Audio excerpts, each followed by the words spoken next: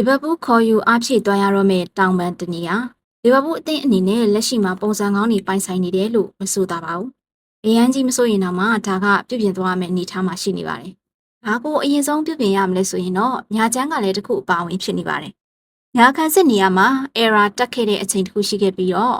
frame ပေါင်းဆိုဖို့ Bradley တို့နဲ့ရများခဲ့ရပူပါတယ်။အခုဆိုရင်လီဗာပူးအသင်းရှင်ပြိုင်ရတဲ့အသင်းတွေအနေနဲ့လီဗာပူးရဲ့ညာချမ်းကိုပဲအားပြုတိုက်စစ်ဆင်လာတာကိုခက်စစ်စိတ်တွေ့လာနေရပါတယ်။မန်စီးတီးအသင်းနဲ့ပွဲဆိုလို့ရှိရင်လည်းဒီလိုပဲဖြစ်တယ်လို့အခြားအသင်းတွေနဲ့တော့လည်းဒီလိုပါပဲ။ဒါနဲ့ပတ်သက်ပြီးတော့လက်ရှိမှာဘောလုံးရေးရာသုံးသက်သူဖြစ်လောက်ကိုင်နေတဲ့ Wayne Rooney ကလီဗာပူးညာချမ်းအားနဲ့နေရခြင်းက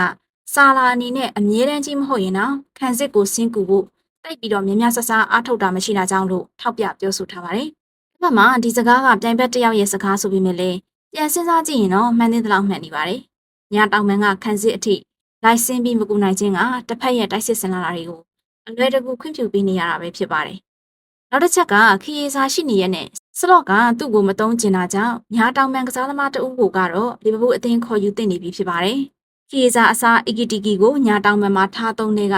အမ်စလော့အနေနဲ့ခရီးစားဘောကိုဘာတွေသဘောမတွေ့ဖြစ်နေတာလဲဆိုတာကတော့ဝေခွဲမရအောင်ပါပဲ။လုံးစင်ဈေးကွက်ထဲရနိုင်မဲ့ညာတောင်ပန်ကစားသမားကောင်းတွေကတော့များနေပါတယ်။ပရီးမီးယားလိဂ်နဲ့လည်းအသားကျပြီးသားဖြစ်တဲ့စီမန်ယူကိုတော့ recommend ပေးခြင်းပါတယ်။ကျန်တာကတော့ဆက်လက်စောင့်ကြည့်သွားပါအောင်မယ်ရှင်။